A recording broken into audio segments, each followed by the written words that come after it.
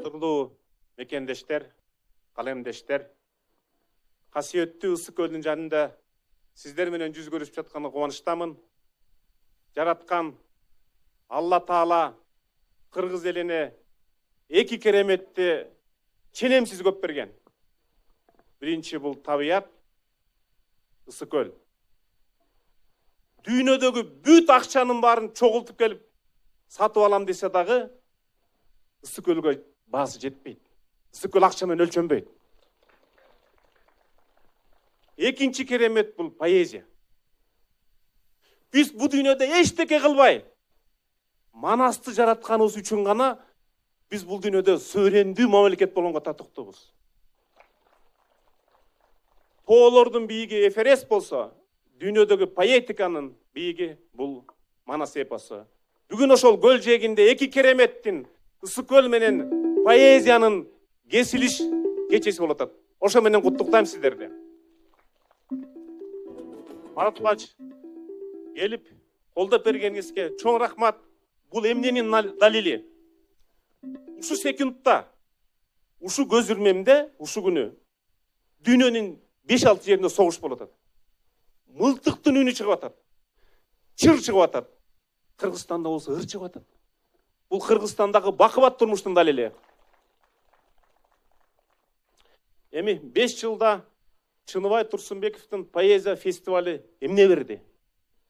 Биринчиден жаңы ысымдарды, жаңы таланттарды берди. Экинчиден бизге ишеним берди. 21-чи кылымда дагы Омор Султановтай, Жолон Мамытовтай, Турар Кожомбердиевдей акындар жарлат экендигине ишеним берди. Чыныбай Турсунбеков фестиваль эмнени берди? Көл жээгинде, азыр ушул жерде 3 муунун өкүлдөрү чогулуп отурат. Аксакал акындар, орто жаш акындар, болочок акындар. Дагы эмнени берди?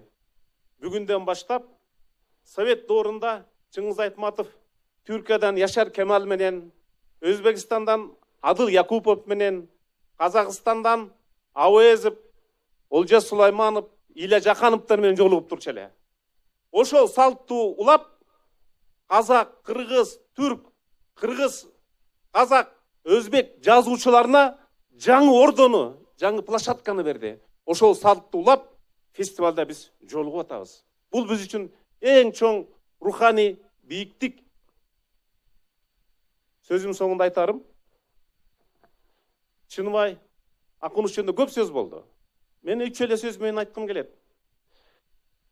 Өзүңүздөр саясатчыларды шайлап аласыңар.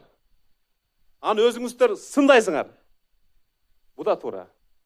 Бирок саясатчылардын арасында дагы түз жүргөндөрү болот. Өтө сейрек болот. Ошонун бири Чыныбай Турсунбеков болгон. Экинчиден ал төрага мен эл аралык комитеттин башчысы болуп көп өлкөнү кыдырдык. Парламент ичинде кармаша беребиз.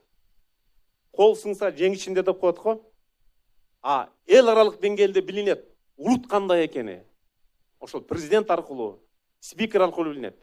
Ошол Европада, Азияда Чыныбай Турсунбеков парламентте баштап барганда, ошол деңгээлде сүйлөшүп, кыргыз элинин жүзүн татыктап алып жүрдү. Үчүнчү, кыргыз адабиятынын тарыхында Чыныбай Турсунбеков акын гана болбостон, акын ыр гана жазбастан, акын парламентте керек болсо акын киши өлкөнү башкара алып турганын далилдей алды. Башка элде кандай экенин билбейм.